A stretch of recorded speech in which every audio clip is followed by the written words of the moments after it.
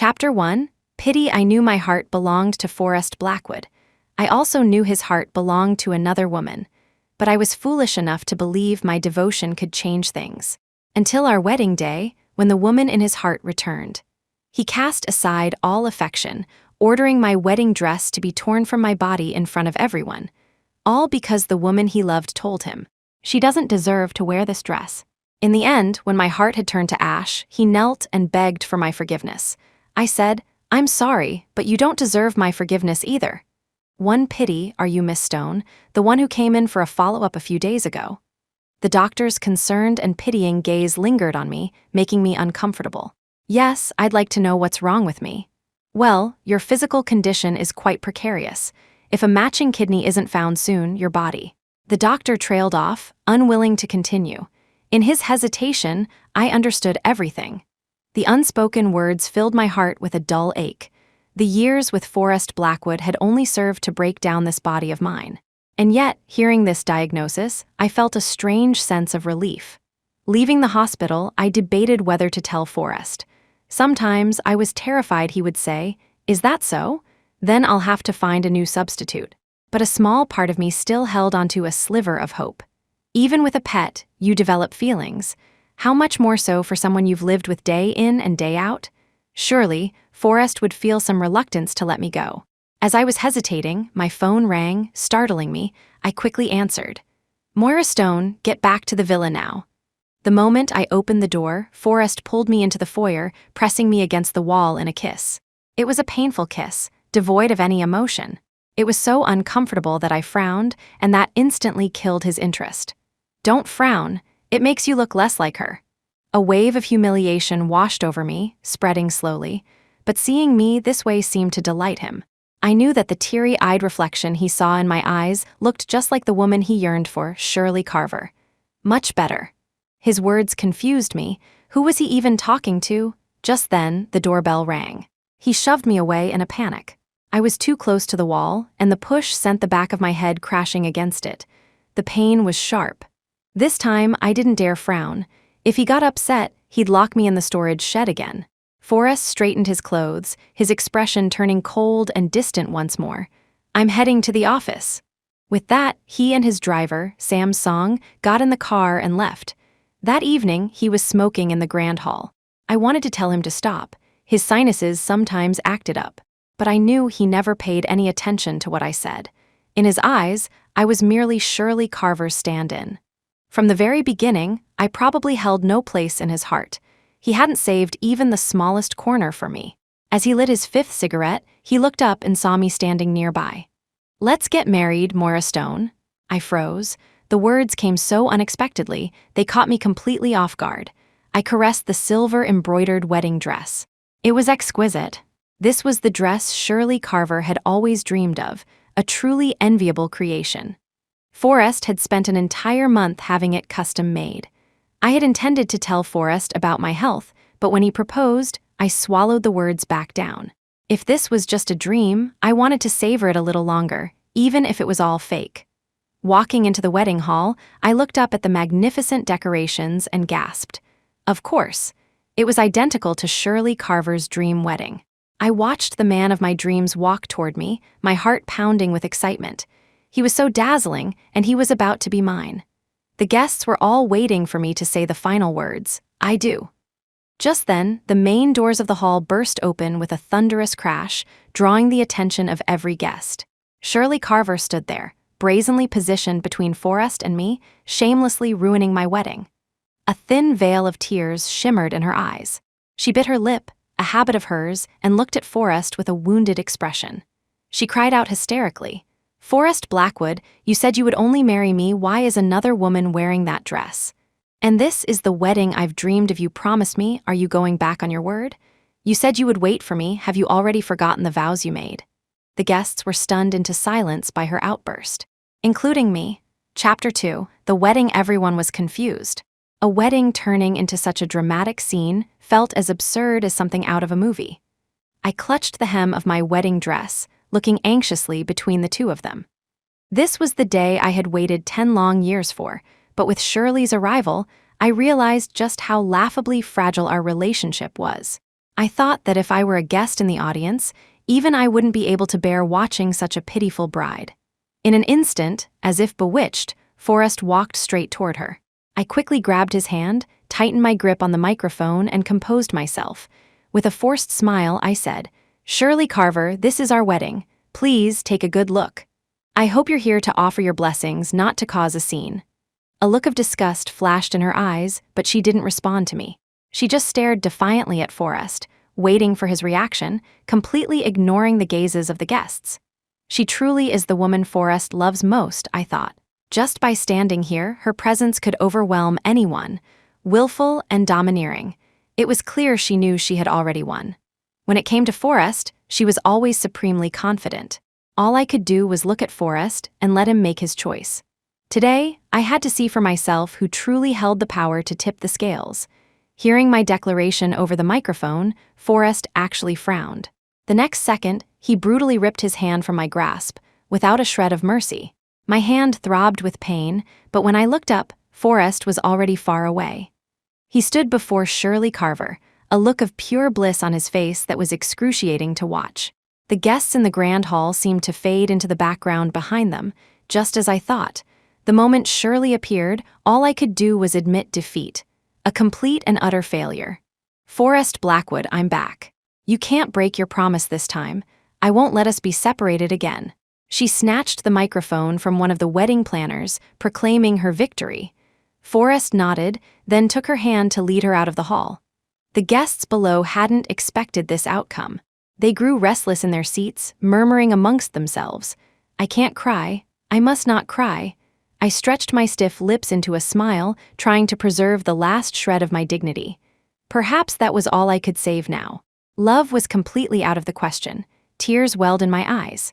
I was afraid I would lose control, afraid I would shamelessly run to Forrest and beg him to stay. Just then, Shirley stopped. She turned around, her voice laced with an almost demonic cruelty. "That's the dress I've always dreamed of. I don't like seeing another woman wear it.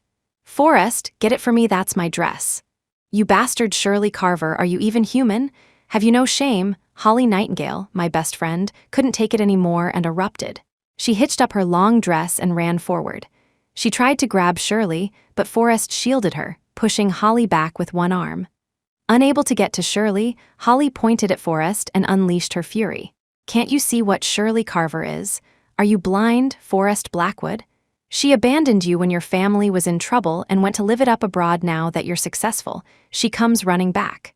My God, are you an idiot? You think what you have with that woman is true love. You're like a dog wagging its tail for a bone. No, even a dog wouldn't do what you're doing. Forrest Blackwood, are you that pathetic? You were the one who proposed, and now you're leaving with Shirley Carver, disregarding years of your life together, letting this woman humiliate Moira. Are you even a man? Do you deserve to be one?" No one had ever dared to speak to Forrest Blackwood like that, not even when his company was on the brink of collapse. Unbelievably, none of it moved him. He simply turned to comfort Shirley. "You've already worn that dress once. It's not right for you anymore. I'll have the most perfect dress made for you, okay?" No, the moment I saw that dress, I knew it was the one I wanted. Besides, I won't let anyone else wear my dress. I'll do whatever I want with my dress. I'll burn it before I let Moira Stone have it. Shirley's petulance put Forrest in a difficult position, but he quickly beckoned to his guards, and 4 or 5 men stepped forward. They immediately restrained Holly, who was becoming more frantic, while the others surrounded me, cutting off any escape. They roughly grabbed the ornaments in my hair and yanked, tearing at my scalp. The pain was beyond words. The dress was forcibly stripped from my body. I could feel the leering eyes of the onlookers, their smirks and glances. Their laughter reminded me of a past. I never wanted to remember the sounds of people venting their emotions on my body, while my own cries were silent. The deepening malice was seizing my soul, pinning me to this broken fate. I couldn't escape. My mind went blank as I endured a torment I didn't deserve, and I knew that Forrest had always shielded me from the ugly world I didn't want to see. But look now. This humiliation was also a gift from him. Should I be thanking him? "Get away, I'll go to the back and change out of it for you." I clutched my chest, terrified of being exposed. I barely held my composure, hoping to not look too pathetic. but Shirley's eyes were filled with nothing but venom and contempt. "Take it off here." She watched me as if I were a show, and no one stepped in to stop it or help. Only Holly struggled frantically, tears streaming down her face, but her arms were pinned and she couldn't move. Forrest didn't stop them, so the guards were free to complete their task. I never imagined Shirley would be so vicious just to get what she wanted. And just like that, the dress was torn from my body without a shred of decency. I sat on the cold marble floor, my eyes empty, a chill running through me. I was grateful I'd worn an undergarment, so at least I wasn't completely exposed. Holly was quickly released. She ran to my side and draped her jacket over me. Her eyes filled with tears, she held my head and began to sob, her voice raw. She kept muttering, "Bastards, a bunch of bastards." But my eyes were dry, and so was my heart. Chapter 3. Erased, I dragged my broken body back home, to the place where Forrest and I had lived for 5 years. The fingerprint scanner had already erased me. I wasn't surprised. A few items of my clothing were thrown on the floor by the door, marked with fresh stiletto heel prints. This, apparently, was all that was left of my life here. I knelt, picking up the clothes one by one, dusting them off. Just then, the door was shoved open. I didn't have time to move. It slammed into me, sending a sharp pain through my arm as I hit the wall. Shirley Carver looked down at me, her eyes dripping with scorn. "Well, well, you've spent so much time with Forrest, you've certainly developed a thick skin." I ignored her, righting myself and continuing to pack my clothes. Shirley immediately kicked my suitcase over. "Why don't you just kill yourself? Are you so shameless that you feel nothing even after being stripped naked in public?" I still didn't stop what I was doing. Not until Shirley pulled something out. Only then did panic flicker in my eyes. "I know you're looking for this piece of junk. Surprised? It's been a while, but you're still so easy to read." She dangled it in front of my face. I lunged for it, but grabbed at empty air. "Give it to me, Shirley," I yelled, my voice filled with hatred. Her mocking smile filled my entire being. It was a lucky charm from a shrine, strung on a pale amethyst bracelet with the elegant characters for protection on it. It wasn't worth much money, but it held all of my heart. I had knelt at the shrine for 3 days and nights, praying for Forrest's health. He had long forgotten, but I had kept it all this time. Now, it looked like it was about to fall apart. Shirley, relentless, continued to taunt me. "Look at this thing. It just shows how cheap you are, just like this pathetic bracelet utterly worthless." With a sharp tug, she snapped the crystal chain, sending pale purple beads scattering across the floor.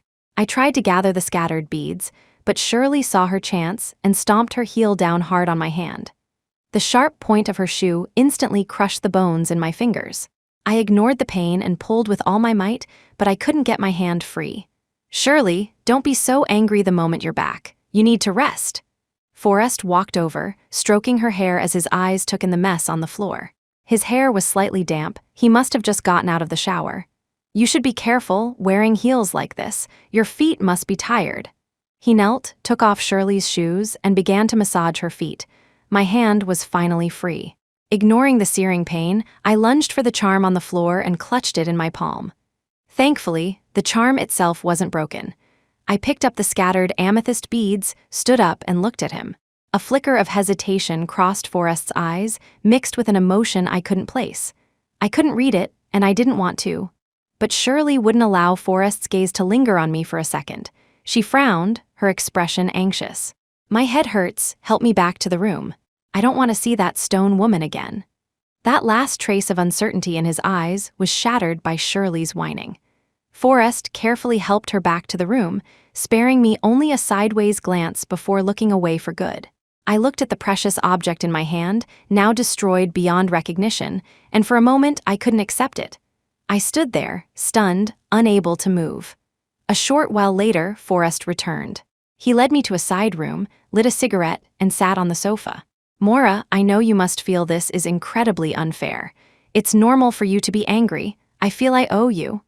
I never thought I'd live to see the day Forrest Blackwood apologized to me. This must be the first time, I thought. Now that Shirley is back, you have to leave immediately. This place was always meant to be hers. A lump formed in my throat, likely from his words. My voice tight, I asked, "Forrest, then what were all these years together for?" "Mora, an apology won't change anything." "I know that. Here, this is for you. Consider it compensation for the past few years." He reached into his pocket and pulled out a check. The anger inside me began to crystallize. Forrest's hand hung in midair, but I didn't even have the strength to lift mine. What was there to fight for? He was paying you to leave. Why wouldn't you go? I knew the answer was obvious. Seeing that fleeting look of confusion in Forrest's eyes, I became stubborn. I snatched the check from his hand, tore it into tiny pieces, and threw them into the air. It happened so fast that Forrest just watched, not comprehending. When he finally did, his face contorted with rage. "Moira Stone, are you insane? That was $3 million, you just tore it up. Let me tell you something, Forrest Blackwood. This money can't even begin to compensate for the scars you've left on my soul. It can't." He was about to say more, but he heard Shirley calling for him from the other room and choked back his anger. Before going in, Forrest checked himself for the smell of smoke. Shirley hated it. After making sure he was clean, he knocked gently and entered the room. He didn't forget to add one last thing: "Get out of here quickly. It will annoy Shirley to see you." I looked at the confetti of the check on the floor and at everything around me. My heart was finally, completely dead. I picked up my things and walked straight out of the villa. "Forrest Blackwood, you better not regret the choice you made today. Don't you ever regret it." Chapter 4. Shameless, I never thought Forrest Blackwood would have the nerve to call me. He was the one who told me never to appear before him and his precious Shirley again, and I didn't have the energy to deal with his drama. Lately, my health had gotten much worse. Holly had me admitted to the hospital. I wasn't afraid of dying, but Holly was worried about me, and I couldn't let down the only person in the world who loved me. As the cold medicine flowed through my veins, my heart calmed down. The number of needle marks on my arm grew, and each one pained Holly to see. Because I was unwell, I hadn't been answering his calls, nor did I want to. In the end, it was Holly who put the call through. The voice on the other end was exasperated, as if complaining to me. "Moira Stone, can you help me one more time? Shirley is being attacked online. Can you help me clear things up? Help your mother, you have the gall to call? You and that home-wrecking tart can go die in a ditch for all I care, shameless woman, stealing a man and then kicking his ex while she's down. If you have the guts to come back, have the guts to face the consequences. Forrest Blackwood, let me tell you, stop trying to manipulate Moira, and stop your whining. A dog has more sense than you." After her tirade, a slightly relieved Holly slammed the phone down on the bed without waiting for Forrest to hang up. Soon after, the doctor informed me that my medical bills would continue to mount with treatment. I looked at my savings and knew it was hopeless. I talked it over with Holly, and we decided I would go back to her place. There was no point in continuing the treatment. My body couldn't stand the early winter chill. Standing at Holly's front door, my legs trembled. I was shocked to find Forrest Blackwood standing there. It looked like he'd been waiting for a while. When I asked why, he explained. Someone had recorded a video of the wedding and posted it online. Many people saw what Shirley did. She was being condemned and cursed by countless strangers. Although Forrest used his influence to suppress the video, it had already been reposted and shared too many times. There was no silencing the public outcry. For a moment, even he didn't know what to do. In the video, Shirley's public declarations and the act of stripping the bride's dress constituted bullying and humiliation. The groom, Forrest Blackwood, was also heavily criticized, mainly for standing by and watching his own bride be publicly shamed. It was a darkness I would never forget. The public sense of justice was ignited. People started spreading stories of Shirley's despicable behavior. After thinking it over, Forrest's only idea was to ask me to come forward and quell the incident. His logic was that if the victim of the bullying no longer pursued the matter, the online gossip would die down. This idea infuriated Holly to no end. I stopped her and walked over to Forrest. "What do you want me to do, Forrest? Go in front of everyone and say that I'm the other woman? That I was the one trying to keep you two apart? That I forced you to marry me? And finally, with Shirley's return, you broke free from my clutches to be with your true love. Basically, I just need to take all the blame, is that it?" Forrest looked a little guilty and hesitated before answering. After a long pause, he said shamelessly, "Moira, if you did that, I would be eternally grateful." Holly, standing beside me, looked like she was about to vomit at his words. "Grateful to me?" She started shoving Forrest, telling him to get lost. "I see you for what you are, you scoundrel. To think a human being could sink as low as you have, it's almost impressive.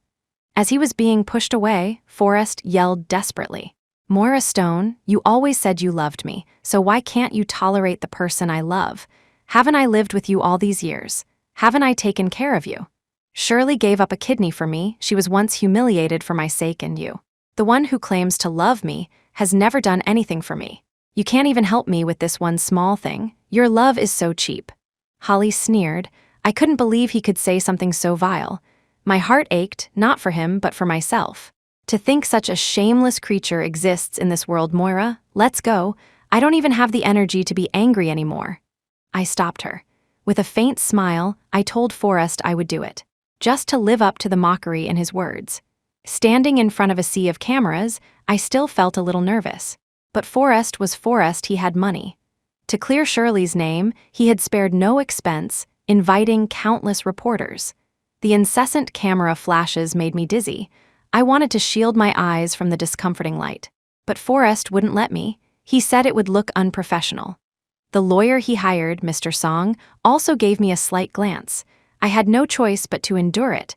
I didn't want to listen to Forrest's nonsense and humiliate myself again. But in the end, I chose to help him. I didn't tell Holly the reason, but it started when she was suddenly fired from her job for no reason. I felt that something was off. On top of that, Holly kept feeling like someone was following her, lurking in the shadows. I could only guess that Forrest was behind it all, trying to force me to bow my head.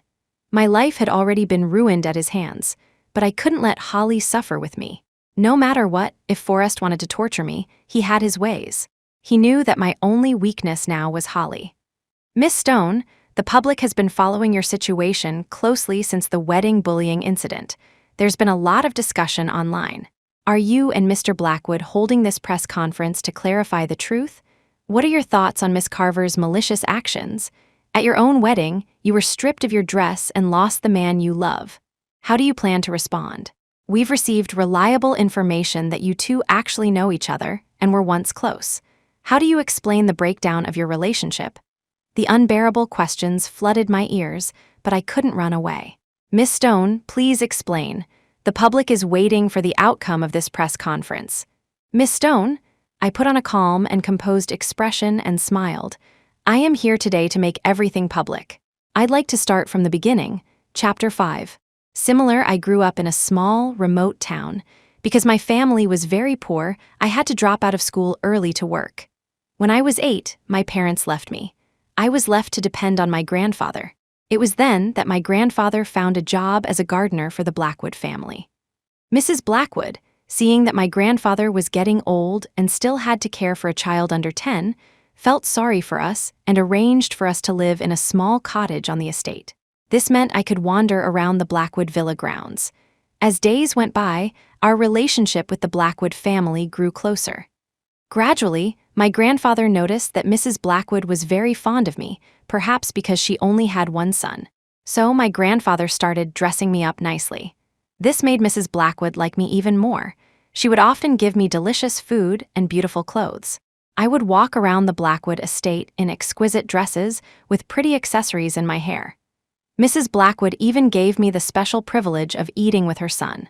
It was then that I realized Mrs. Blackwood wanted to treat me like a daughter. First, she prepared a separate room for me, so I could no longer sleep with my grandfather. Then, she had my legal guardianship transferred and sent me to the same prestigious private school that Forrest attended. Mrs. Blackwood's expectations for me grew higher and higher. During school breaks, I was sent to art schools to learn piano and dance. My grandfather always said, "Mrs. Blackwood is a very kind person. She has always treated you like her own daughter." Little by little, I transformed from a country girl into a pampered city princess. Forrest also treated me like family and even talked about marrying me one day. Years passed. One day, the Carver family, having just returned from abroad, moved into the villa next door. Because we were around the same age, Shirley and I gradually became good friends. Although Shirley's family was also very wealthy, she never looked down on me for my background and always treated me like a younger sister. And so, we grew up together normally. However, because I was so doted on, I gradually developed a spoiled and willful personality. I was never satisfied with anything Forrest gave me. Only a sapphire pendant worth over $100,000 managed to catch my eye. Shirley also frequently bought me expensive clothes, which I would often wear once and then discard. Then, the unthinkable happened. Forrest was diagnosed with kidney failure. When Mrs. Blackwood heard the news, she nearly fainted. Coincidentally, I was a perfect match for him. If I donated one of my kidneys, I could save Forrest's life. But I didn't want to. I was terrified and ran away to hide.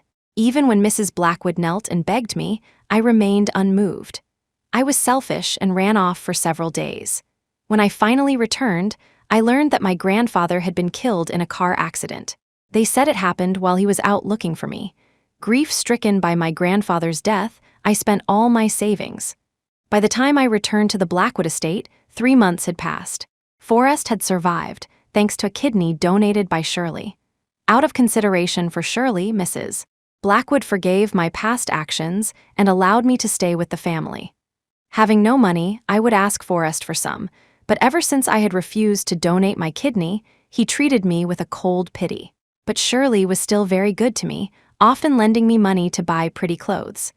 Later, in high school, we were kidnapped on our way home from school. I managed to escape, but I was so scared that I forgot to call the police and just ran back to the Blackwood house, crying. During that time, Forrest, weakened by his condition, developed a high fever. Shirley had to sneak out to find food for him. She was caught by the kidnappers. Seeing how beautiful she was, they had evil intentions. Fortunately, the Blackwood and Carver families found them just in time, saving Shirley from being violated. After this incident, the Blackwood family's business somehow began to decline. Mr. and Mrs. Blackwood were killed in an accident. The Carver family, unable to bear seeing Shirley suffer for Forrest and me, took her back abroad. I don't know if I suddenly grew up or what, but I never left Forrest's side during the Blackwood family's crisis. From the moment their troubles began until their business thrived again, I was always there for him. However, I was of no real use. I couldn't manage the company's affairs. When Shirley heard the news, she would periodically wire her savings to help Forrest's company. I was worried that Forrest would abandon me completely, so I drugged him and intentionally got pregnant. But the baby didn't even make it to 6 weeks. I had a miscarriage while dancing with someone at a nightclub. Feeling responsible, Forrest chose to take care of me and proposed marriage as compensation. And finally, you all saw what happened. On the wedding day, Shirley finally convinced her parents to let her return to the country.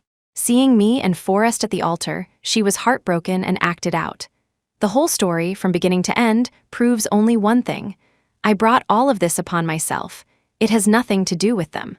At this point, the story came to an end. After hearing my words, everyone present fell silent. Their initial sympathy had gradually turned into disgust. It seemed my story was somewhat convincing. After all this, why would Mr. Blackwood, having successfully saved the Blackwood Group, keep such a person by his side? A few seconds later, a reporter in the front row asked the key question. Forrest could only manage a slightly awkward smile. I suppose the reason is that I could never let go of Shirley. And since she looks so much like Shirley, I asked her to be a substitute. I understand this was also wrong, and it undoubtedly hurt the people I love, both Shirley and Miss Stone. As for the incident at the wedding, it wasn't Shirley's intention. She was just too emotional seeing me marry someone else. It was a huge blow to Miss Stone, and for that, I am truly sorry. Shirley was also hurt by this and has been living in guilt and anxiety. Her kind heart couldn't save her from the stress, and her health has weakened, which is why she couldn't be here today to apologize in person. What a pair of devoted lovers with such pure hearts. If they made a mistake, surely anyone would forgive them. And just like that, the press conference took a sharp turn, and my words sparked even more public debate. Soon, major media outlets were reporting on the story, and I became the target of public condemnation. The moment I stepped out of the press conference, people started shouting insults at me, some even throwing trash in my face. I became a social pariah with nowhere to hide. Even so, I could only endure it, accept it. After all, this was my choice, even if I was covered in wounds. I returned home filthy. Seeing me like this, Holly was heartbroken, constantly apologizing. After helping me clean up, she gently touched the 2 ugly scars on my back. Mora, why do we have to keep this secret? Chapter 6. The secret I wanted to tell Forrest the truth, Holly, but the words would turn to ash in my mouth. Things turned out exactly as I had expected. The public opinion that had once been on my side now became my downfall. Netizens flooded platforms with apologies to Shirley Carver, redirecting their anger toward me. To make matters worse, Forrest posted Shirley's psychological evaluation online. The backlash was immense. I became the villain, the woman who tried to break them up, the cause of Shirley's deteriorating health. The Blackwoods took you in, you ungrateful, vicious woman, shameless hussy. It was all your fault, and you still put on a show to get sympathy. You're a gold digger. I can't believe I was so blind. I actually felt sorry for you before. I was so blind. Forrest, take good care of Shirley. There aren't many kind people like her left in the world. The online vitriol grew louder each day, but I no longer had the will to care. My body was getting weaker. I knew I didn't have much time left. I relied on Holly's help to survive, barely leaving the house. The days spent in bed were peaceful, until Holly, worried about my perpetual paleness, took me outside for some sun. She pushed me in a wheelchair to the park, smiling. Moira, I sold my house. This place isn't for us. I'm taking you back to your hometown. We'll use the rest of the money for your treatment. Holly's smile made me feel that there was warmth in the world, not just the cruel love Forrest offered. And I was tired of just lying in bed, waiting for the end. So she took me back to the place where I began. We traveled for days, by car and by plane. The journey was long and arduous. My back ached constantly. After getting off the plane, as Holly and I were gathering our luggage, the lucky charm fell out. Moira, your bracelet. I looked at the charm lying in my palm, and my heart grew cold. Holly, throw it into the sea. I don't want it anymore. It's all in the past. To my surprise, Holly was more than happy to oblige. Moira, you've finally seen the light. You should have cut that man out of your life from the very beginning. He's not worthy of you, Moira Stone. I nodded, and Holly took the charm from my hand. I remember kneeling at the shrine for 3 days and 3 nights, praying for Forrest, worried about his health. The head priest had even advised me to go home, saying that with such a sincere heart, Forrest would surely survive. Yes, he survived, but I was on my way to another world. The bracelet traced a perfect arc through the air before splashing into the sea. I think I've forgotten now. Forgotten everything about Forrest Blackwood. In the more than 10 years I knew him, I always thought I would die if I left him. But now, the opposite felt true. Walking on the soil of my hometown, I felt an unexpected joy. Every day, I watched the village elders and children playing in the fields, a picture of serene contentment. I was surprised to find that they rarely used the internet. It seemed that in this remote town, technology had not yet fully infiltrated their lives. But their simple kindness touched both Holly and me. We often received gifts of fresh fruit and fish. I wanted to see my old home, but I could never seem to find it. During the day, Holly went to work at the community clinic, back to her profession as a nurse. I, with nothing to do, would read at home or occasionally go for a walk. As I walked, memories of my life here would surface. Life was always hard. Growing up, I was constantly bullied by the other village children, perhaps simply because I didn't have parents. Even now, I can still remember them throwing stones at me. I would shout, "Don't stop throwing stones at me, it hurts." I never said that last word. I would just hide in a corner, trembling. Did they not know? But perhaps the pain in my heart was worse than the physical pain. Your parents don't want you. Nobody wants you, because you're a girl. Perhaps being bullied wasn't just about not having parents, there was another reason. This was a remote and backward village where women were not respected. Recalling this, I couldn't help but sigh. Forrest had once told me, in today's society, manual labor has been replaced by intellectual work, so there's no difference between men and women. It's just that most people's thinking is deeply ingrained. They need time, and you just need to be yourself. No, why am I thinking of him again? That man. I had decided he no longer existed in my life. To clear my head, I got up from the chair and decided to take a hot shower. Since it was just the 2 of us girls, Holly and I had agreed to install a proper shower. Otherwise, in a small town like this, taking a bath could be quite a hassle. I turned on the water heater and waited for the temperature to rise, my mind drifting. I remember in elementary school, I never had vacations. Or rather, I couldn't enjoy them like other kids my age. I always had to help my grandparents with the farm, so I never got to play with others. Perhaps growing up in that environment warped my thinking. If only I had been born a boy, then maybe everything would be. That's what I thought. That's not it. A voice echoed from a hidden corner of my mind. It's not like that. There's nothing wrong with being a girl. Whose voice was that? Oh God, I can't remember. I tried hard to recall the scene. A dusty yellow path, the wind kicking up dirt and pebbles. She picked up a stone and threw it into the river. The river wasn't wide, and it was shallow, not even deep enough for swimming, just up to the ankles. But the water was always cool and clear. They said construction was planned here. Some developer was going to redevelop the area, so my hiding place was about to be destroyed. Do you like it here? As a child, I was squatting there. I looked up to see a boy from the village. I had never spoken to him before. Probably because I didn't like talking to anyone. Anyone could potentially hurt me.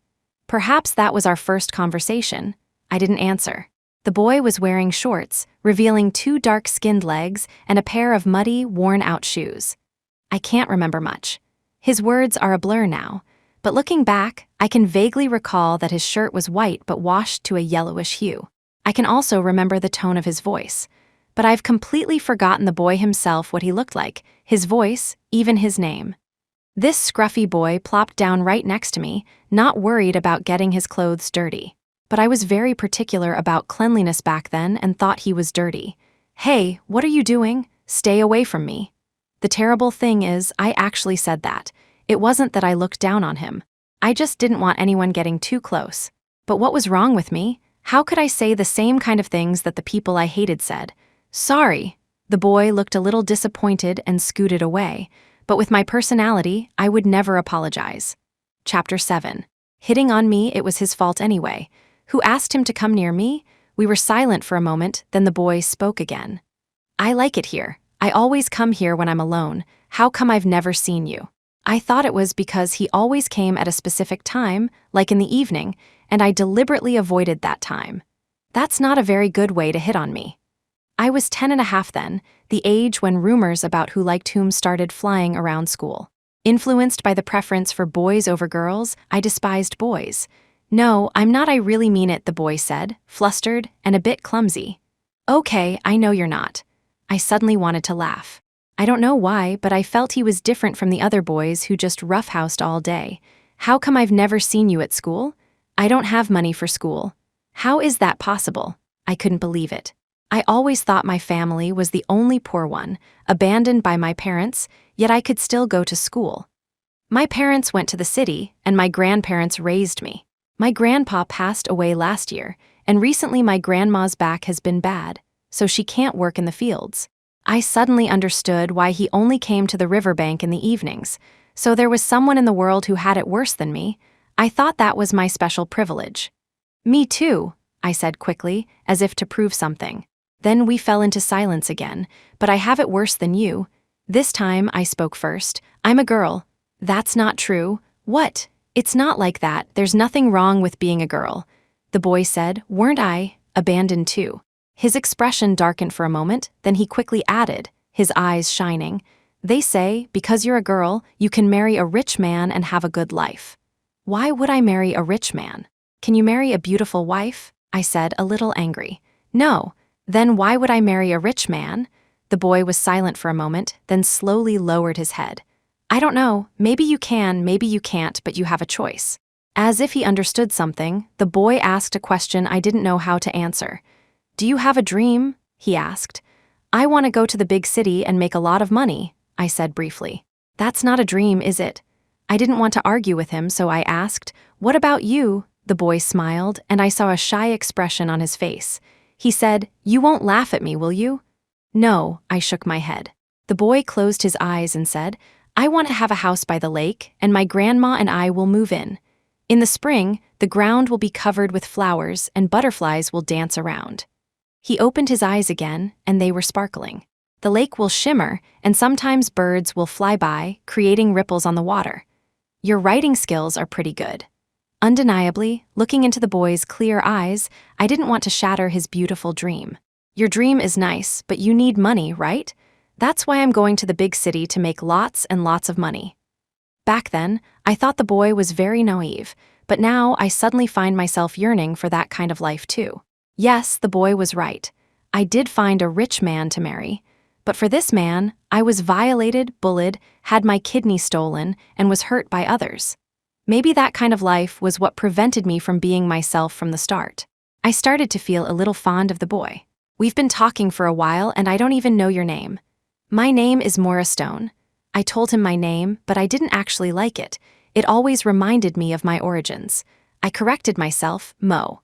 You can just call me Mo, because that's what my grandparents always called me. Mo, after saying it, the boy smiled slightly, as if he was thinking about something. What's wrong? I felt a little uncomfortable. This was the first time someone other than my grandparents had called me that. Nothing, it's a really nice name. It has a gentle feel to it. I immediately tapped the boy on the head, not too hard, of course. Gentle? I didn't like that word. To survive, you had to be tough, and I wasn't the same as before. I would fight back against any kid who dared to bully or mock me. Strangely, after a while, they stopped bothering me as much. I didn't say anything. You still say you didn't say anything? I tapped his head again, lightly. Oh, I have to go home and cook. See you later. The boy stood up, dusted off his pants, and ran off. I sat there, feeling a little lost. The surroundings were quiet again, with only the low chirping of insects in my ears. The boy never once mentioned his own name, and I never asked.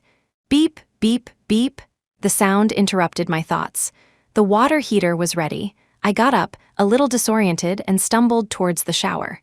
Hot water sprayed from the shower head. I leaned my head against the wall, steam filling the room. This scene was very familiar. Sometimes, when Forrest was in a bad mood, he would come in while I was showering to vent his frustrations. In the end, I would just lie against the wall, cleaning myself up. Back then, I could only endure the pain, hoping that Forrest would see reality. But he would only call out Shirley's name when he touched me. I can't think too much about Forrest anymore. I started to recall the time when my grandfather and I first left the town. I looked at the bus station, waiting for a new destiny to arrive. Good luck. Those were the words the boy said to me at the station when we parted. That day, he was different. He didn't say a word until the end. That was the first and only thing the young boy said to me. As he spoke, he tied a small backpack to my luggage. He was wearing work pants and coarse linen gloves, looking scruffy. Chapter 8. Disdain, fortunately, his clothes looked relatively clean, and his hair seemed freshly washed, a bit messy but quite handsome. Since his grandmother had also passed away, my grandfather and I were leaving for good. The only person who came to see me off was that boy. I still can't remember what he looked like, only that I seemed to hold some disdain for him. I didn't really want someone with such a strong country vibe to see me off, especially with some people gossiping that the boy liked me. But he didn't seem to care what others thought, although he did reduce his contact with me because of it. However, on the day I was leaving, he made a special trip to see me. How could I refuse? But in my heart, I felt a bit disdainful. If only he had dressed a little better. The bus pulled away, and the boy's figure grew smaller and smaller until he was almost out of sight. I finally sat back down. The scenery outside the window flew by. Fields of crops, then rows of houses with solar panels, then a stretch of barren land. At some point, tall buildings appeared outside the window. I was so happy back then. My heart pounded with excitement. I got off the bus and stood at the station. Arriving in the big city with my grandfather was truly thrilling. I carried our luggage to a small inn to rest for the night. Before going to sleep, I curiously opened the backpack the boy had given me. Inside was a round, heavy pomelo. I knew instantly it would be delicious.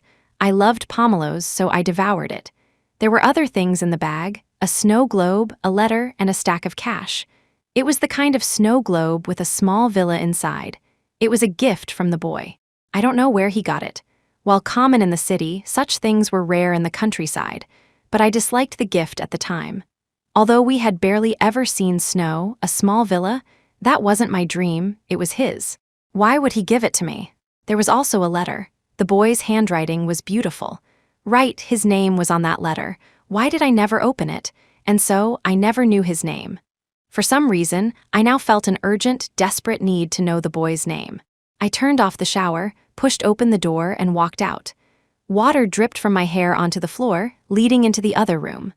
I shivered and pulled my suitcase out from under the bed, emptying its contents. The snow globe was still there, tucked away in a corner. And the letter, after all these years, the writing was still visible. The boy had written it with a fountain pen. To Mo, I actually don't want you to leave. Although this place is poor and you don't like it, it holds many good memories. Mo, you'll probably never admit you belong here, but I'm not as brave as you. I'll keep dreaming my childhood dream. I'll make this place better, and when you come back one day, I'll make sure you taste the sweetest fruit I've grown. The path you've chosen is full of unknowns and hardships. I think it must be difficult because I don't dare to even imagine it. Remember, when you're tired, don't give up. I hope you find your own place to belong there. Your dearest friend, Aiden Wood. I tucked my wet hair behind my ear, my hand trembling as I put the letter down. Then I picked up the snow globe. It was snowing inside. Aiden Wood. I whispered his name. I had never remembered his name, so his name was Aiden Wood. In an instant, the name felt both familiar and strange. I remembered now. I remembered everything. The boy's face, his voice, and the lonely yet smiling expression on his face when I left. Tears I could no longer hold back streamed down my face. I remembered reading his letter back then and thinking nothing of it. I had carelessly tossed his gift and the letter into the bottom of my suitcase. A wave of exhaustion washed over me. I wanted to fall into bed and sleep. I drifted in and out of consciousness, not sure if I was truly asleep. If only life could be this simple and peaceful. But things are never that simple. I still liked to watch the moon at night, but this time was different. I was kidnapped. A hand covered my mouth and nose. The ether worked its way through my system, and soon I passed out. When I woke up, I almost thought I was dreaming. Why was I back here? Forrest Blackwood was sitting right across from me, chain smoking. If Holly came home from work and found me gone, she would be so worried. I was worried about her, but I was powerless. This made me increasingly anxious and irritable. I hate the smell of smoke. Don't smoke in front of me. It's annoying. This was the first time I hadn't shown Forrest any courtesy. He froze, probably quite surprised. But miraculously, he actually listened. He stubbed out the cigarette. Forrest looked at me with a dejected expression, slowly walked over, knelt beside me, and hugged me. I said with disgust, "Let go, Moira, I know I was wrong. Can you forgive me for the sake of our many years together?" This time, I was the one who was surprised. It had been years since I'd seen Forrest speak to me so softly. I looked around but didn't see Shirley Carver. What's wrong? Did Shirley run off again? Although my words were provocative, I felt no pleasure, only moving a few steps away. "Moira, let's not talk about that for now. Forrest, I've been with you for so long, don't I know what you're like? What do you need my help with this time?" I knew all his little tricks. Whenever he needed something from me, he would be incredibly attentive. Forrest to find me so quickly, go to the trouble of kidnapping me, and even say he would treat me well. It seemed hell had frozen over. This must be a very difficult matter. Soon, he knew he couldn't hide it any longer and confessed everything. "Listen to me, Shirley's kidney seems to be having problems. I checked, and you're a match. Moira, please help, donate a kidney to Shirley. You can live a normal life with one kidney. If you're willing to help, I promise I'll take good care of you. Once Shirley recovers, I'll send her back abroad, and we can live a good life together. No one will replace you ever again." When Forrest saw the increasingly cold look in my eyes, he faltered, not daring to continue. "Forrest, since you think there's no problem with having only one kidney, why don't you give your own to your true love? Is she worth less to you than a kidney?" My question made Forrest even more agitated. Chapter 9, The Surgery. Moira, I wanted to give one to Shirley, but Dr. Warren said my vitals aren't suitable. I really have no choice. Hearing his words, I couldn't hold back any longer. I raised my hand and slapped him across the face. Blood trickled from the corner of his mouth. I must have used a lot of force, because my heart was aching terribly. Forrest, having been slapped hard, surprisingly didn't get angry. He even managed a slight smile. "Feeling better? If not, you can hit me again. I just beg you to agree to my request. I'll spend the rest of my life loving you." Before he could finish, Dr. Warren walked in from outside. He looked at me with a shocked expression, as if plotting something sinister. "I can't believe you actually brought her back. The Blackwood family's influence is truly something. Shirley will be saved this time." Uncle Warren, now that we've found her, what's next? Is it time for the surgery? That Dr. Warren glanced at me, then turned to him and said, "No. Why not? Time is critical. Shirley is suffering in her hospital bed. I can't bear to see it. You can't be so hasty. We need to check if her physical indicators meet the standards for surgery. I can tell just by looking at her that she's too thin. First, get her a comprehensive checkup, then make sure she eats well before we proceed with the transplant. You can't rush surgery." The two of them acted as if I didn't exist, casually deciding my fate. Soon, I was imprisoned by Forrest. He hired several bodyguards to watch me in shifts, ensuring I couldn't escape. The doors and windows were locked. Servants constantly brought me all kinds of food. Even if I couldn't eat anymore, I was forced to stuff it down. After meals, I had to take supplements, bottle after bottle. I refused to be controlled and decided to stop eating. They just forced the food down my throat. I tried to induce vomiting in the bathroom, but they found out and no longer allowed me to go alone. After this inhuman ordeal, I surprisingly did gain some weight. I calculated the time. It must have been over half a month. I wondered how Holly was doing. Worrying about Holly made me even more irritable. I refused to eat anything and started smashing things. The servants, afraid something would happen to me, called Dr. Warren over. The seemingly kind old man walked in, but I knew the poison in his heart. He was the one who had performed the first surgery, causing me to lose a kidney and be despised by everyone. Why are you still so defiant after all this time? Being obedient is better for everyone. He sat across from me, speaking in a grave tone, completely ignoring the chaotic state of the room. "You bastard, you know I only have one kidney left. If you take it, I'll die." "So, you're just trying to kill me, aren't you?" Dr. Warren whispered. "That's right. Shirley can't stand the sight of you. She's decided to get rid of you." How ridiculous. My life was worth less than an ant's. "Aren't you worried this will get out? If this story breaks, it's murder. And if Forrest finds out the truth, he'll never let you get away with it." He heard my words and couldn't help but laugh out loud. "Do you think you'll have a chance to tell the truth? What if you're dead by then? Or do you think the Forrest of today would listen to you, would believe you?" I froze on the spot. Right. How could I have said something so foolish? Forrest would never believe me. I was doomed. My memory drifted back to when Forrest was first diagnosed with kidney failure. Everything changed then. I had clearly agreed to donate my kidney, but when the time came, I was all alone. Only Dr. Warren was there, comforting me. He said it was a private hospital with state-of-the-art equipment, and the surgery would be a great success. I didn't care about any of that. As long as Forrest could live, I wanted nothing more. Since it was a hospital owned by the Carver family, and Dr. Warren had known Shirley since she was a child, my heart was at ease.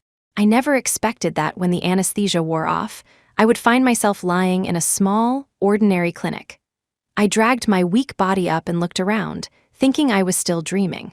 Just then, the door creaked open with the sound of rusted metal, a grating noise. A young nurse came in. Seeing that I was awake, she ran out excitedly. Before I could ask her where I was, she disappeared from sight. A moment later, a doctor in a white coat came in and checked on me. "Excuse me, where is Dr. Warren?" I remember he was the one who performed the surgery. "Is he busy?" I spoke for a while, but he didn't answer. And the language that came out of his mouth was so unfamiliar. Was it a dialect or a language from another country? I couldn't understand it. I had always trusted everyone, so I stayed there for half a year without ever suspecting anything. Later, the Blackwood family came to pick me up. Returning to the Blackwood estate, I was overjoyed. I ran to hug Forrest, having missed him so much, but he immediately pushed my hands away, looking at me with hostility. I was shocked. What was wrong? His cold gaze pierced through me, and he said only one thing. "Get lost." I stood there stunned for a long time, thinking I had misheard. Seeing his attitude, the anger that had been building up for half a year finally erupted. I yelled at him, "What's wrong with you? Is it because I didn't visit you? I didn't even know where I was after the surgery. I woke up in a different place. I didn't know anything, and Dr. Warren?" "Shut up, still lying, disgusting." I never expected to be treated like this upon my return. I gave him a kidney. Why was he accusing me of lying? This false accusation enraged me even more. I grabbed him, wanting to explain further, when I saw Shirley slowly walking down the stairs. Her frail body gave me the illusion that she was the one who had just had surgery. Forrest quickly pushed me away and carefully helped her down the stairs. Chapter 10, Refusal. You're still very weak. Be careful, don't walk around too much. Your health is the most important thing. Shirley, however, forced a smile and walked over to me, seeming to want to show concern for my situation. I saw Moira was back. How could I not come out to see her? It's been half a year. You shouldn't blame her either. Not everyone can say no. I looked at them in disbelief, not understanding what they were talking about. They told me the truth. You had the tests, and you were a match, but you ran away. Your grandfather had just died a few days before, and you were too scared to come out. If Shirley hadn't offered her kidney, I might not be standing here today. Moira Stone, you're not even human. The Blackwood family raised you for so long, we've known each other for so long, and you couldn't even help me. The story was twisted upside down. I wanted to say that wasn't what I did, that I went through with the surgery. Even with my grandfather's death, I forgot my grief to help him. I showed him the scar on my body. Forrest didn't even bother to look up. I tried so hard to prove I wasn't lying, but no one took me seriously. This scar was the result of my genuine concern for him. How could it end up like this? You went out and fooled around with some old man, got beaten up by his wife, and now you're using that as evidence. Are you trying to discuss me to death? How could I ever know someone like you? Luckily, I know the truth now, otherwise I would have been deceived by your pathetic act. No one would listen to the truth.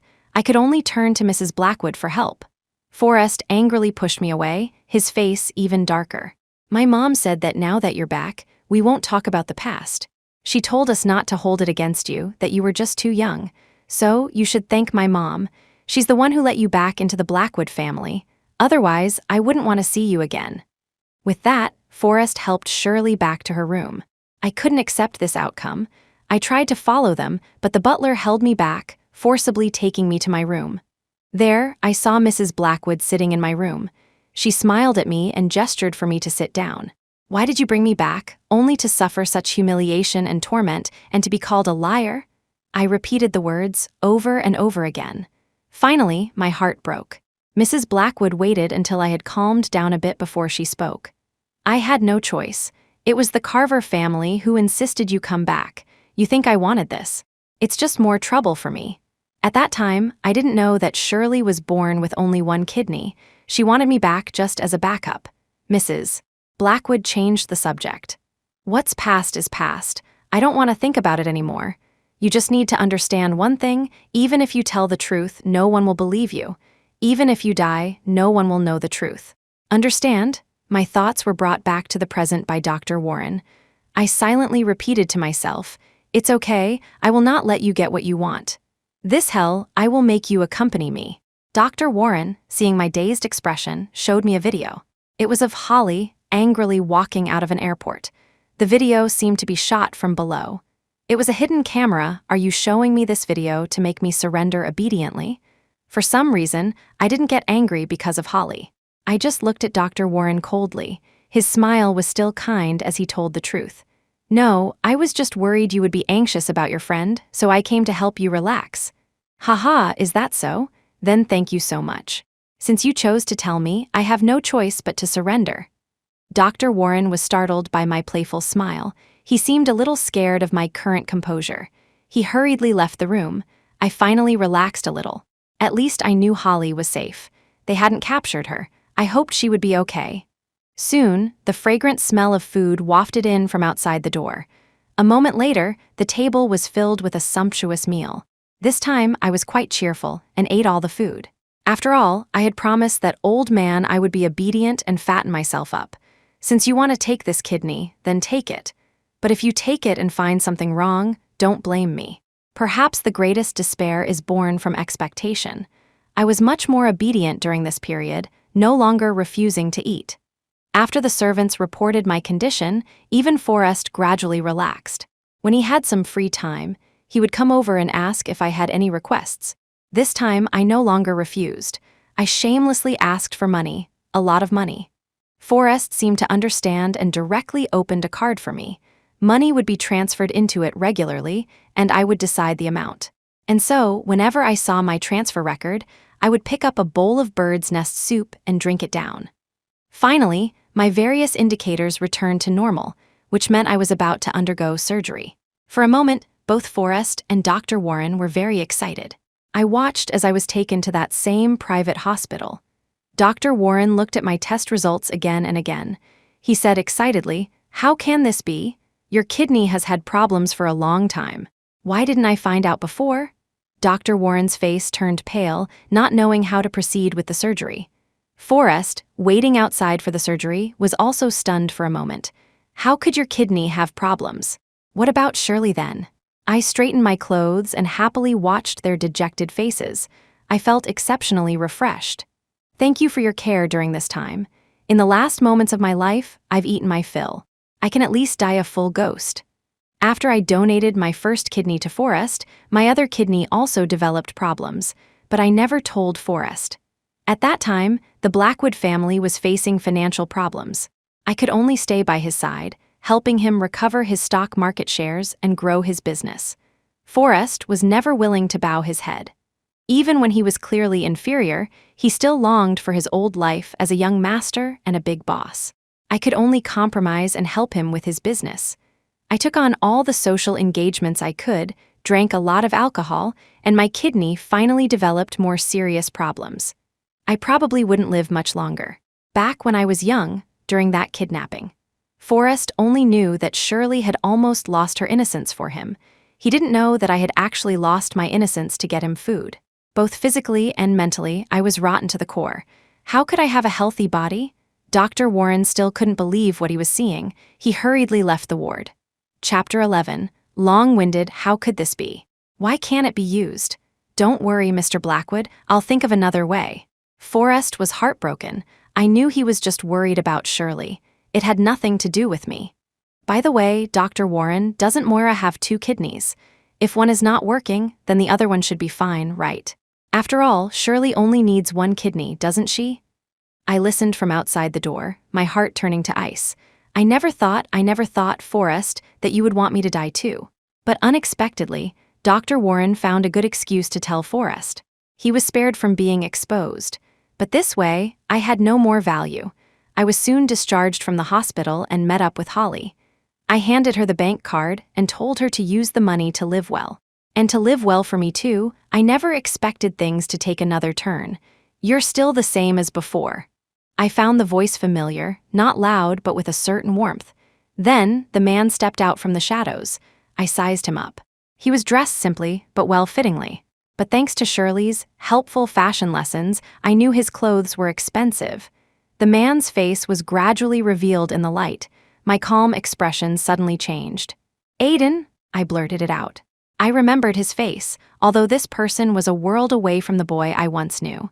His skin was much fairer, and his short hair was neatly combed. As the saying goes, clothes make the man. Aiden looked incredibly handsome, but I recognized him at a glance. I never thought we would meet like this. What are you doing here? No doubt you imagine me as an old boy, still doing manual labor, working hard to make that piece of land better. Perhaps that was true. If you ever thought of me at all, Aiden added. As he said these words, his face always wore a gentle smile. Have you been well all these years? If you don't think I'm too long-winded, I'll tell you about it. No, it's okay. You can say anything. We talked for a long time about many years of things. I just didn't talk about myself. Later, Forrest found me again. I laughed coldly in my heart. She didn't really want my kidney. She wanted to use public opinion to drive me to my death. After all, she couldn't get a kidney, and she was unwilling to let me walk away with a large sum of money from Forrest. How could she let me live in peace? I signaled Holly to stay calm. I quietly watched the performance of these 2 people. The president of the Blackwood Group, instead of fighting in the business world, was playing the role of an internet celebrity with his beloved. They started their live stream at 8 p.m. sharp. The content was always the same. They said I had agreed to the donation, but demanded an exorbitant price, and then disappeared after receiving the huge sum, causing Shirley's surgery to be delayed and her life to be in danger. Moira, I beg you, for the sake of our childhood friendship, please save me. Moira Stone, come out. I won't hold it against you for running away. I'll even give you another sum of money, as long as you agree to donate a kidney to Shirley. People in the neighborhood would automatically stay away from me. When an innocent child wanted to get close to me, their parents would quickly pull them away. It was as if I had some contagious disease that would kill them if they touched me. I didn't care. I ate the candy I had prepared for the children myself and walked away indifferently. I was completely unfazed by their malice. I didn't even wear a mask when I went out. Occasionally, someone would deliberately bump into me or push me. I would just get up and dust myself off as if nothing had happened. Holly would feel heartbroken seeing the bruises on my body. I could only comfort her. When I die, I'll float into all their houses. One by one, I'll scare them to death. Thanks to their troublemaking, my address was soon exposed.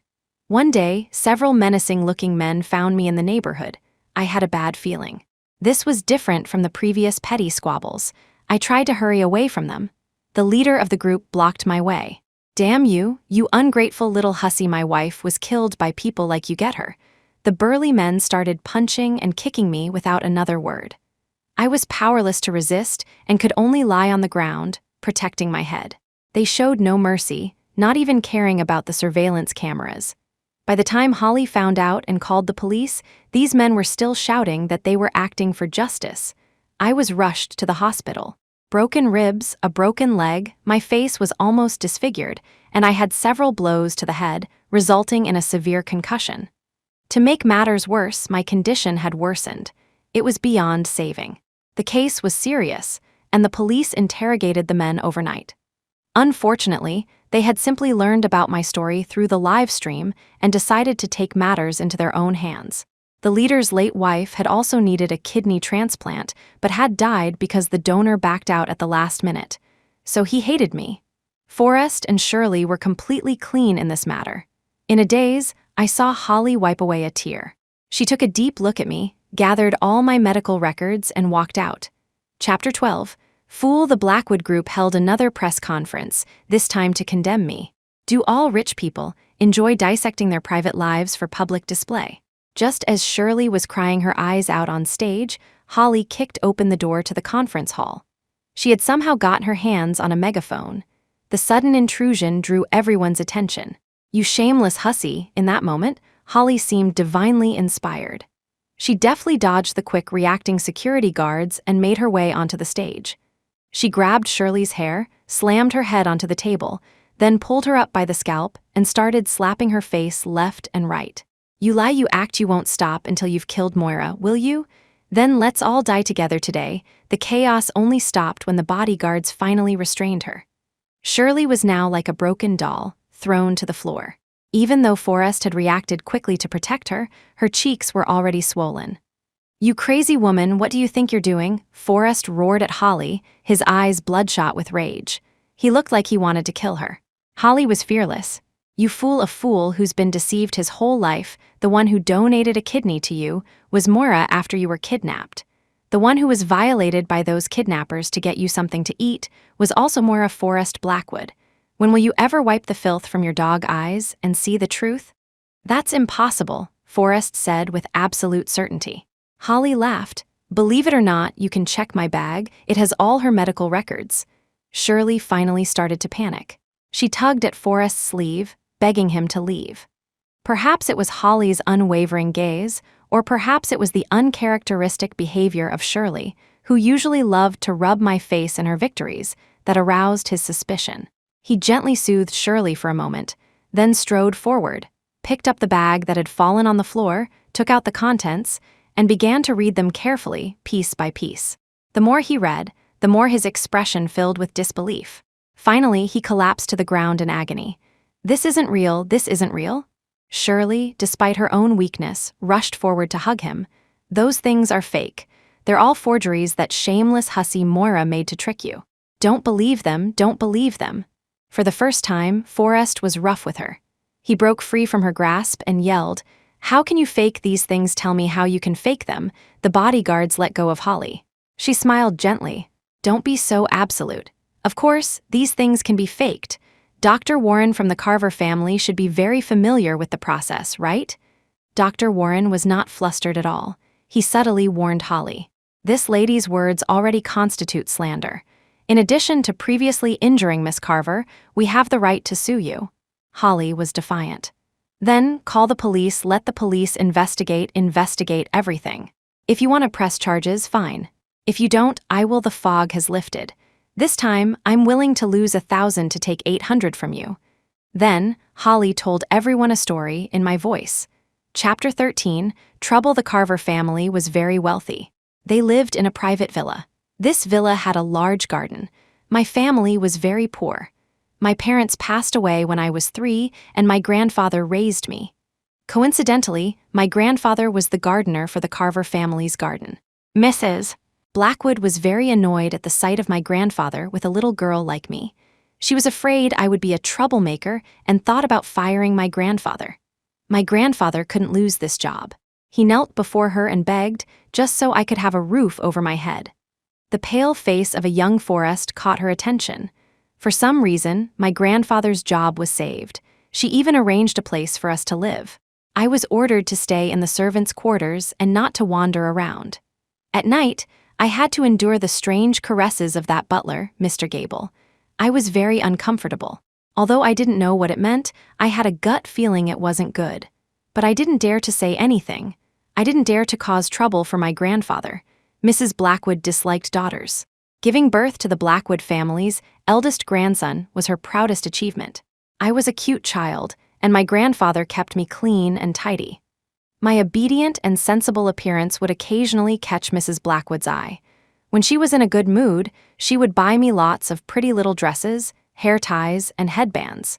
She would dress me up exquisitely every day, but I didn't like it because it meant Mr. Gable's actions at night would be rougher. It hurt.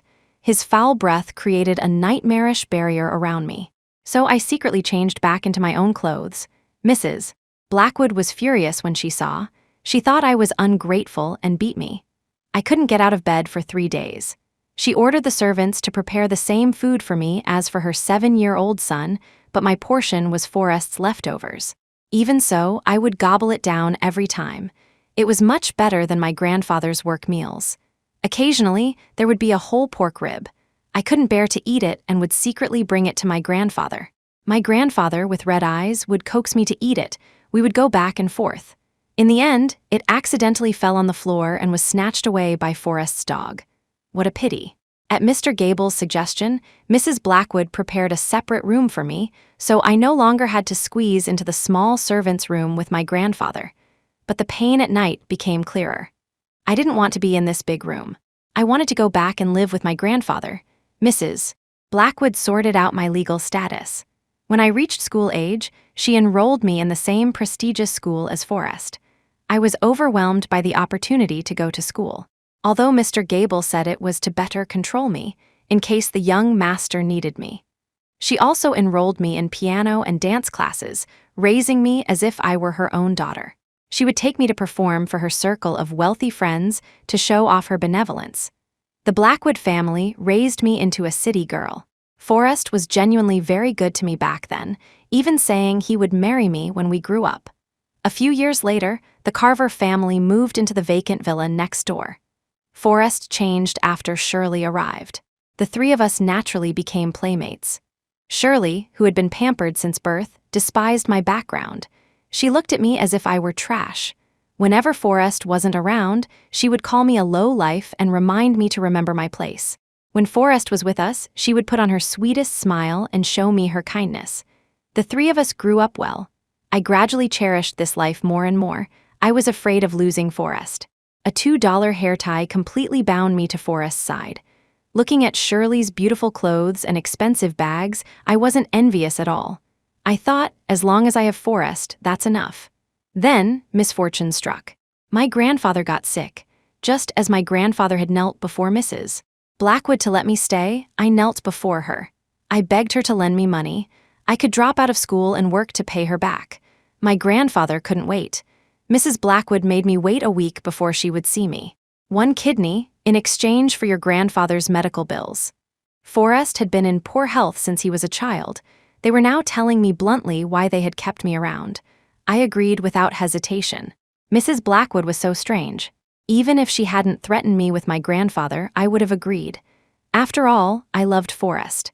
After getting the surgery fee, I rushed to the hospital, but it was too late. My grandfather eventually died because the surgery was not timely. After my grandfather's funeral, I begged Mrs. Blackwood for time to mourn. She refused. I was taken to the operating table. After the surgery, I was immediately transferred to a small clinic in the countryside. The Blackwood and Carver families created the illusion that Shirley had donated the kidney. Mrs. Blackwood had noticed the feelings between Forrest and me. She would never approve of someone with my background. Shirley was the perfect choice for a daughter-in-law in her eyes. She had to destroy my image in Forrest's mind. Shirley was born with a single kidney, which was a good cover. Plus, all their medical examinations were handled by Dr. Warren. This lie was seamless. Mrs. Blackwood originally wanted to get rid of me completely, but the Carver family said, "Let's keep her, she might be useful." They had to think about their daughter's future. Forrest survived because I gave him a kidney. Forrest started to treat me coldly, while Shirley continued to treat me as before. Later, the three of us were kidnapped on our way to school. Shirley, to save her own skin, found a chance to sneak away, leaving me and Forrest behind. To get some food for the feverish Forrest, I endured the kidnappers' wandering hands on my body. For a moment, I felt like I was back in those difficult nights being touched by Mr. Gable. Different scenes flashed through my mind. I felt like I was being torn apart. When the Blackwood and Carver families arrived, I was breaking off pieces of hard bread and carefully feeding them into Forrest's mouth. The blood on my inner thighs had dried, but I hadn't had time to wipe it away. When I heard the awakened Forrest holding Shirley and vowing to be good to her for the rest of his life, I didn't argue. He seemed to have never believed me, only living in the lies they had woven. The Carver family's business suffered a major blow, and Mr. and Mrs. Blackwood died in successive accidents. The Blackwood family had fallen. They were no longer the perfect marriage alliance in the Carver family's eyes. Their family left the country without hesitation, including Shirley.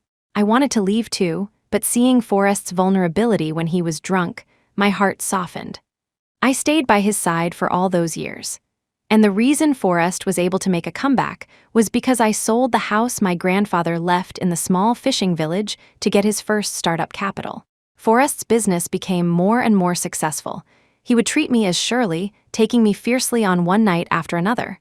I got pregnant. But after being violated, I had become pregnant before. Mrs. Blackwood had taken me to a small clinic for an abortion, which had damaged my body. Of course, the baby didn't survive. Forrest had everything now except Shirley. He was not content, so he proposed to me, wanting to see if Shirley still had any feelings for him. On the wedding day, Shirley returned. Because the Carver family's business was gradually declining, the now powerful Forrest was their best choice. In the end, I brought it all on myself, didn't I? Chapter 14. The hospital. After the completely different version of the story was told, Shirley had fallen into a state of madness. Forrest sat on the floor, dazed, as if his soul had been sucked out. Holly gave him a scornful look and turned to leave. Many reporters surrounded Holly, asking her to tell them more. Back at the hospital, Holly looked at me, lying on the bed with my eyes closed, and felt no pleasure. If only she had said it sooner, she thought. Forrest came to the hospital many times but was blocked by Holly outside the ward. He hired the top medical team from abroad and gave me the best medicine. Holly did not refuse. This was what he owed me. He once again begged Holly to let him see me. "You want to see Moira? You're not worthy. But if you kneel and repent every step of the way from the hospital entrance to her ward, I might let you in." Forrest actually did it. He kowtowed heavily at my ward door. Holly let him in. But as soon as he stepped into the ward, my emotions became inexplicably agitated. The instruments connected to me sounded a sharp alarm. I really didn't want to see him at all. Holly fiercely pushed him out of the ward, letting him cry his heart out outside. Dr. Warren was arrested. They couldn't find a kidney donor, so they targeted a healthy but poor little girl. The parents used a lollipop to make their daughter unconscious and handed her over to them. Dr. Warren was about to make the incision when the police arrived and stopped him in time. Illegal organ trafficking. Dr. Warren took all the blame, saying Shirley knew nothing about it. The police investigated and found no direct evidence that Shirley was involved. She got away with it again perfectly. But without Dr. Warren and Forrest's protection, her death was only a matter of time. The Carver family was too busy to care for themselves. Shirley died on a rainy night in a dark alley next to the hospital. It was said that when she died, she was skin and bones, and her mouth was stuffed with moldy, maggot-infested food. Her appearance was horrific. When I saw Aiden Wood again, he was a bit scruffy and had matured a lot, which surprised me. It was Holly who brought Aiden to see me. I was in a daze. I heard Holly say to Aiden outside the room, "She probably doesn't have much time left." Aiden was silent for a long time before he said, "I know, what do you want me to do?" Was this a deal? I didn't think so. Holly wouldn't do that. As expected, I misunderstood. Holly said softly and sadly, "I don't want anything. It's too late for anything now. What do you want to do?" Aiden took a deep breath. I remember she liked the seaside. "I think I'll take her back there. She might be happier." "Then do as you think best." That day, I leaned against Aiden's chest. There was no emotional entanglement between us, just long-lost friends.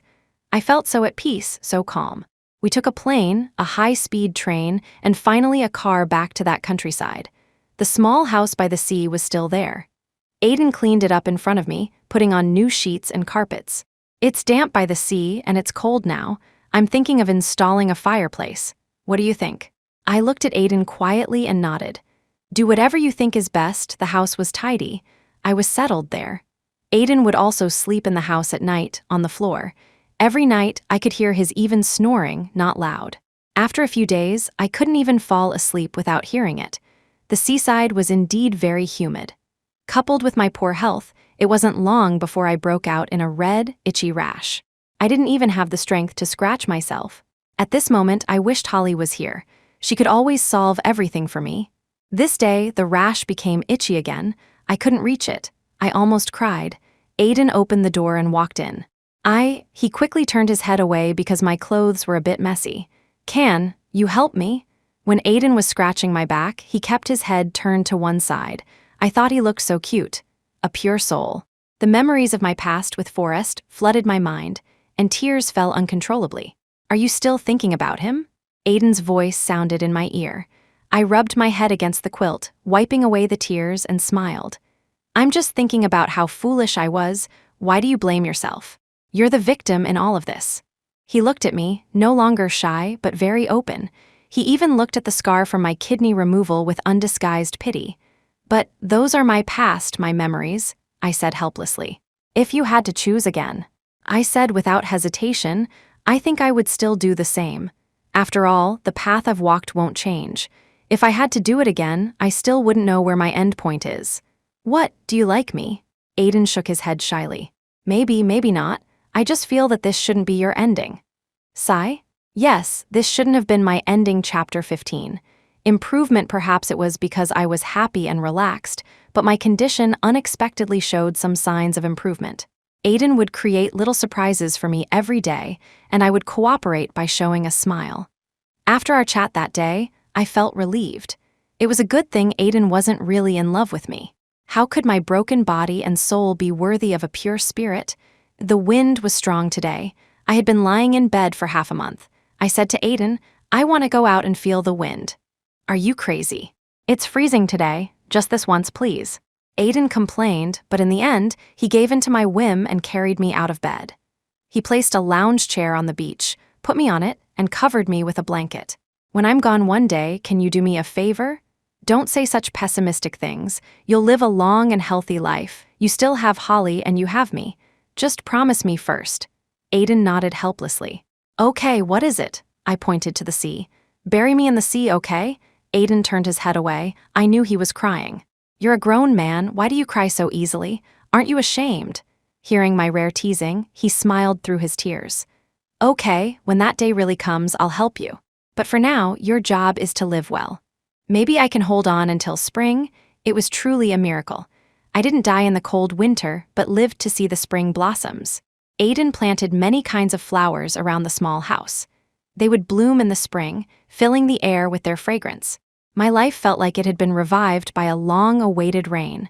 I could now walk on the beach with Aiden's support. His cautiousness made me feel a little guilty. If I had met Aiden earlier, I think I might have chosen to be with him. But there are no second chances in this world, only disappointment and helplessness that deviate from expectations. Holly came. It was already summer. She brought my favorite dessert. Lying on the beach, she chatted and laughed. Aiden is really something, he's fattened you up, she teased. I looked at Aiden's back on the beach and nodded. Yes, he's a really good person. Hey, why are you giving him the good person card? I laughed so hard I started coughing violently. Hearing the sound, Aiden quickly turned and ran back, rushing into the small house to get me cough syrup. Drink this quickly. I obediently drank it. I knew I couldn't truly recover. I knew my own body. Being able to last until this summer was already a miracle. That night, Aiden didn't sleep on the floor, leaving the space for me and Holly. Why aren't you talking? I took a breath. What is there to say? Anything. I thought for a moment. All right, I want to say that I don't have much time left. Holly shot up. You're crazy, talking such nonsense. I took Holly's hand and made her lie down, resting my head on her arm. Really, I know my own body. I really don't have much time left, a few more days at most. Holly's face was streaked with tears. Why are you telling me this? I don't want to hear it. Of course, she wouldn't want to hear such news, but that was the reality. Holly was the person I cared about most. I didn't want her not to know even when I was dead after she had cried for a long time and gradually calmed down. I spoke. Listen to me, okay? She wiped away her tears and nodded. I sighed and said, I told Aiden when I die to bury me at sea. Then I'll be free in the ocean. You can see me whenever you come to the seaside. She started crying again. What a crybaby. Hey, are you still listening? Holly wiped her tears again. I'm listening. You can talk, but can I cry? So frustrating when I'm gone, Aiden might take a long time to recover. He's a really great guy. I think you two are a good match. Holly smiled happy, but still pushed me gently. What are you talking about? I'm serious. Aiden is a really great guy. I think you should consider it, I said to Holly with a serious face. Holly also became serious, a slight smile on her lips. Maybe she was also thinking about Aiden. Think about it more. It would be best if you fell for him. That way, after I'm gone, you'll have a companion and I'll be happy watching from below. Yes, Aiden is a really great guy. Oh, so you agree with me? I didn't say that. Well, how should I put it? I pinched her playfully. How should you put it? I just don't know what he thinks.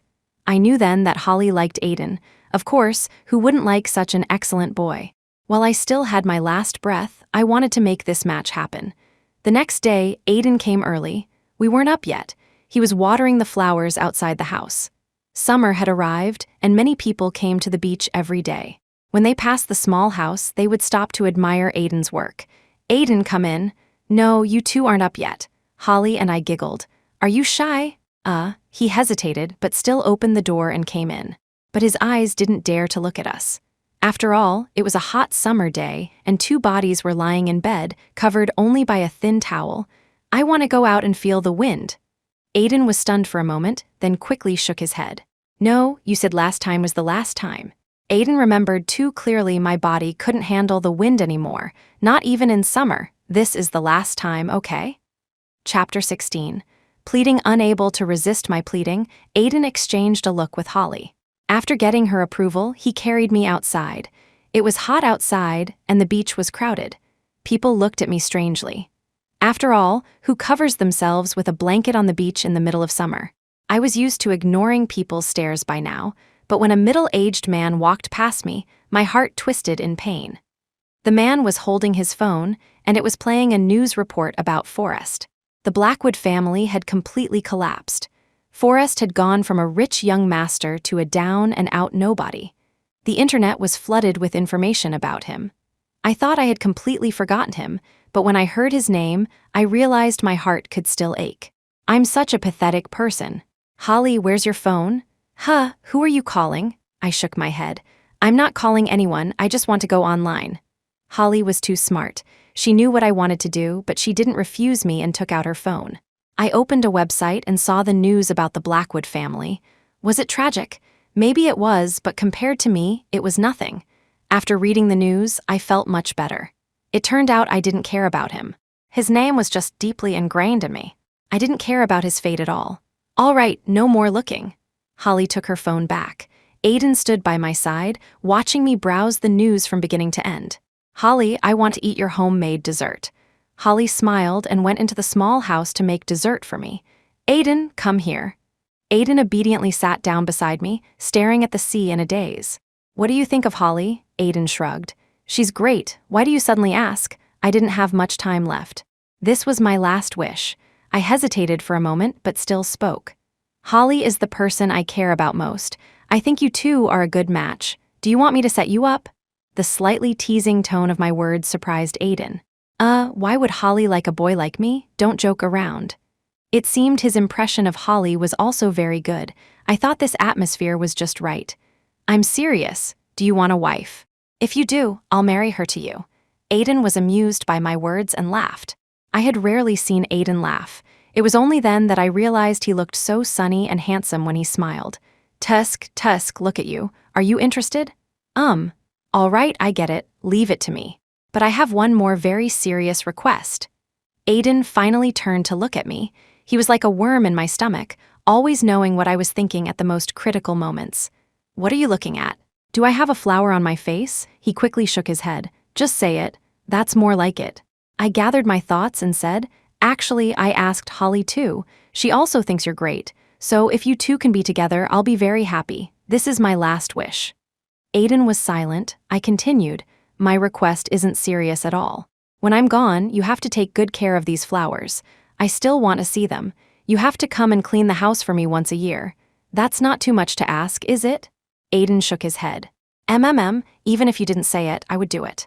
I was completely satisfied that night. Aiden made a big meal for me and Holly. He knew I was allergic to seafood and specially made me a steak. After dinner, I lay in bed, completely exhausted. I knew my time was up. I wouldn't even last through the night. They sat on the edge of the bed in silence, looking at my face, which had become gaunt from the torment of my illness, their hearts heavy. I struggled to reach out and took Aiden and Holly's hands. Here, I said today that I would marry Holly to you. From now on, you are a couple. You are never allowed to separate. Haha, I only realized on my deathbed that I was such a matchmaker. Holly burst into tears and threw herself on me, her tears soaking my clothes. Hey, what are you doing? Don't wipe your nose on me. Holly burst into laughter through her tears, got up, and gently brushed the messy hair from my face. What nonsense are you talking about? You have to live a long and healthy life. I pouted and complained. You just want to see me in this pathetic state, don't you? Neither human nor ghost. Don't torment me anymore. Holly's tears fell like a broken string of pearls. I was getting annoyed. Aiden, look at your wife. Aren't you going to do something about her? Aiden smiled foolishly, pulled out 2 tissues, and gently wiped the tears from Holly's face. You two talk. I'm going out for a bit. Aiden opened the door and walked out. I knew this guy was definitely going outside to cry. After all, he was a crybaby boy. Such an emotional person that night. Holly and I talked late into the night. Aiden cried so much his eyes were swollen. I finally called him back in. By this time, I was speaking with great difficulty. I knew my time had really come. Seeing them sitting in front of me, I felt relieved. You, my voice was as thin as a thread, and I couldn't speak clearly. Quick, call an ambulance. Aiden hurriedly took out his phone and called an ambulance. I didn't want them to do this, but I couldn't speak. I didn't want to spend the last moments of my life lying on a cold operating table, with them anxiously waiting in the hallway, only able to watch sadly as I died. But I was still put on the ambulance. I was becoming delirious. You have to hold on, do you hear me? Holly's words and crying intertwined in my mind. I slowly closed my eyes, listening to my own gradually slowing heartbeat. I was taken to the emergency room. I could feel the electric current passing through my body. The feeling was magical. A dazzling light flashed before my eyes. This must be heaven, I thought. You have to hold on. Open your eyes. Holly's voice echoed in my mind again. I really wanted to open my eyes to see them one last time, but I really couldn't. I'm sorry, we did our best. After several rounds of electric shocks, the doctor gave up. I gave up too. So it's true that after a person dies, they are conscious for a short period of time? Oh, it turns out I was mistaken. I floated in the room, watching myself lying on the hospital bed. Holly was crying heartbreakingly on my body. Aiden stood woodenly beside Holly, gently patting her back. It was only then that I knew I was really dead. But I felt a sense of relief. Don't forget to bury me at sea. They couldn't hear me, but I knew they would definitely bury me at sea. Holly and Aiden were very considerate. They didn't let me lie in a cold morgue. They cremated me that night. I watched my body turn to ashes in the fire and finally be put into an urn. Holly and Aiden brought me back to the small wooden house. That day, Aiden rented a boat and they went out to sea. Who said ghosts are afraid of light? I just floated in the air. The sun was just right and I felt extremely comfortable. I watched Holly and Aiden. After they were far from the coast, they scattered my ashes into the sea, fulfilling my last wish. Thank you, they must have heard my thanks, the two people I cared about most. Chapter 17. The journey on the way back, I sat next to Holly, talking to her in a monologue, but I couldn't stop her tears. No matter how Aiden comforted her, her eyes were swollen from crying. Look how good this is. I'm gone, and Aiden seems to have come to terms with it. From now on, with Holly's companionship, they will surely be happy for the rest of their lives. But to my surprise, a certain figure appeared in front of the small house. Get out, you're not welcome here, seeing Forrest. Holly went crazy, pulling and pushing him, trying to drive him away. Aiden squinted at the man. Forrest looked haggard with a bluish stubble on his chin. He no longer looked like a young master at all. Where is she? Forrest asked softly. Holly laughed a crazed laugh.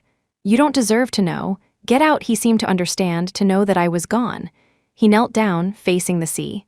Tusk, this is not your usual style, Forrest. Where is your pride? Where is your arrogance? I'm sorry, I was wrong. If there is a next life, I am willing to be a horse or a cow. He was pushed down by Holly. We don't need your hypocrisy here. We don't need your pity. Get out, she doesn't want to see you. He walked away, dejected, muttering to himself as he went. I floated beside him, but I couldn't make out a single word he was saying. I think he must have gone mad. But not long after, he returned to the small house without disturbing Holly and Aiden. At this point, he probably couldn't disturb Holly at all. After all, Holly would get annoyed just by seeing him. He came back to see me, facing the sea. He lit a stick of incense for me and stared at the sea in a daze. A gust of wind blew, and the incense went out. So annoying, this man Forrest Blackwood's epilogue, my name is Forrest Blackwood. The woman I loved most passed away 2 years ago. No, I don't deserve to say the word love. I lived in a lie, never willing to believe her. What right does someone like me have to love her? Every time I see her, I can't light the incense stick in my hand. I think she hasn't forgiven me yet. The kidney she gave me has been having some problems lately, but it doesn't matter. She should take it back. My company was taken over by others. The business secrets I had protected so well were all leaked. It seems that the girl named Holly gave them to my business rivals for free. I saw her when she secretly came to my company last time, but it doesn't matter. She was really good to Maura. I now live in a 10-square-meter small room in an urban village. I don't have any extra money. I can't afford the medicine for my kidney anymore. Today is different. I'm in some pain. A drunk, homeless man broke into my room. He might be a bit of a pervert. When he got up, reeking of alcohol, he beat me until I was a mess, lying on the ground in pain, as if I had been torn apart. So this is what it feels like. Maura, you must have been in a lot of pain, right? I took out the letter Holly threw at me at Maura's funeral. I wanted to see it.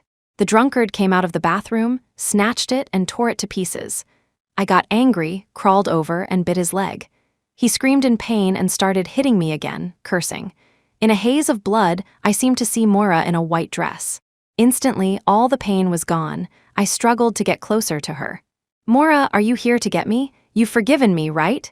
She smiled and shook her head, then gave me a hard push. I was pushed into a dark space. There were lies, deceit, and pain here. The only thing missing was Maura Stone.